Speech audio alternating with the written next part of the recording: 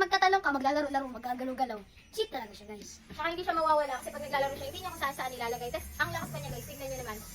Napakamura lang nito guys, tignan niyo naman kung gaano kalakas yan. Oh wow! So guys, summer na naman nga po, kaya nagpabili na naman po ako kay mami ng electric fan. Electric fan mo lang talaga. Ito, mini fan. So ito siya. Ayan siya guys, i-share namin ni Kyle sa inyo. Alam niyo bang napakamura lang nito, binili ko para sa kanya. At guys, papabili na naman si malakas Kyle. din yan, guys. Yan. Parang ano yan? Parang natawag dito, ipo-ipo. Ayan, guys, may kasama na siyang ganito. Ah, sige. Tapos yan, yung para kapag tinatamad siya maghawak or ilalapag, para hindi niya kung saan nilalagay. Ay, sobrang cute and ang liit lang talaga niya. Ayan, sobrang cute niya guys. Tapos, open lang natin dito and then under niya siya guys. Ayan oh. Ito yung pinakamahina niya guys. Ayan. Oo. Ayan. Hala, ang lakas. Lakas! 1, 2, 3, 4. 4 lang. Tapos, pwede natin siyang iganto guys. Mami, akin na lang to. Sa'yo nga yan, di ba? Sinasabit ko nga po pala siya. Ayan, guys. So, kahit magtatalong ka, maglalaro-laro, magagalaw-galaw.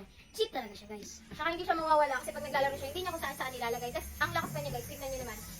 Napakamura lang nito guys, tignan niyo naman kung gaano kalakas yan. Oh wow! Lakas. Oh, di ba?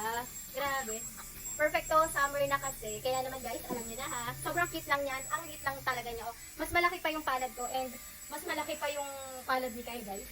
Oh guys, alam niyo na ha. Delete yellow basket. Yun lang. Thanks for watching. Bye-bye.